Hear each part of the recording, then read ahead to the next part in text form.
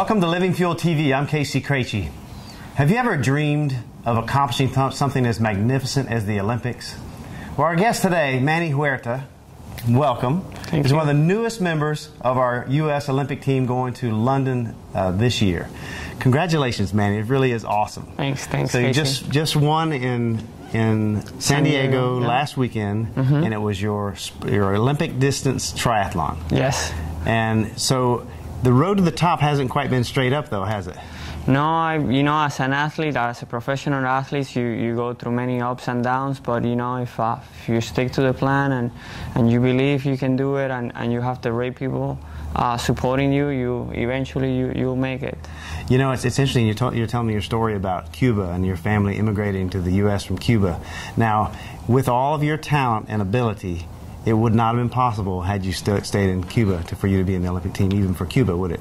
Yeah, that's right. My family is a political refugee, so as a political refugee in a communist country, you are marked. So even though that, even if I had this talent to represent Cuba, they would have never chosen me to go to the Olympics, just because they would have been afraid for me to defect. So it's great that that we were able to move to the U.S. and now get to represent the U.S. at the Olympic Games. Okay, so tell us about the sprint distance. How did you pick? I mean, the Olympic distance. How did you pick that as a sport?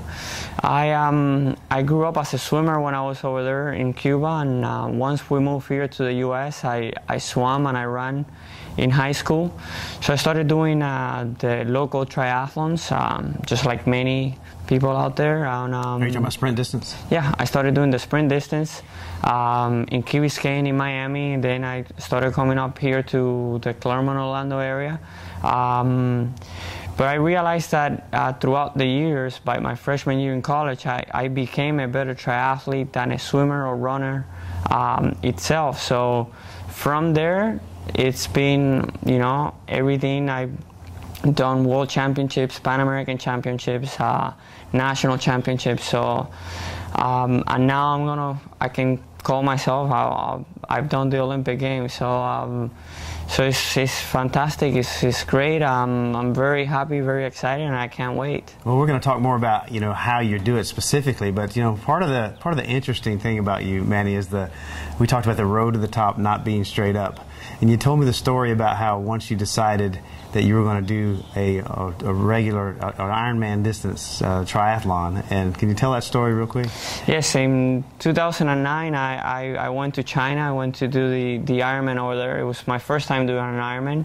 I was used to the Olympic distance races, and I'm second. I led the swim, then I'm on the bike. I'm in second place, and myself and two more guys, we got lost. We went off course, so we ended up riding 215, 220 miles on the bike. How many were you supposed to ride? 180. So, and it was over 100 degrees there. So here I am in the middle of China, in nowhere, so no man's land. I come into transition way back from what I was expecting, but I had the goal to finish. I was really focused on trying to finish. Unfortunately, that day I ran 5 miles and then I walked 6. And my body told me, enough is enough. I was planning on 9 hours. I was already over 10 hours. So that day, the following morning, I woke up and I'm like, I'm gonna stick to short course, but I'm gonna be the best I can be in short course triathlon. And here I am now. I can call myself an Olympian, and I never gave up. That was the message there. I never gave up on my dream. I just kept training, got better at it, and yes, now it's a great. There's a couple of great lessons there, because you can be great at Olympic distance, and you could be mediocre at triathlon at Ironman distance.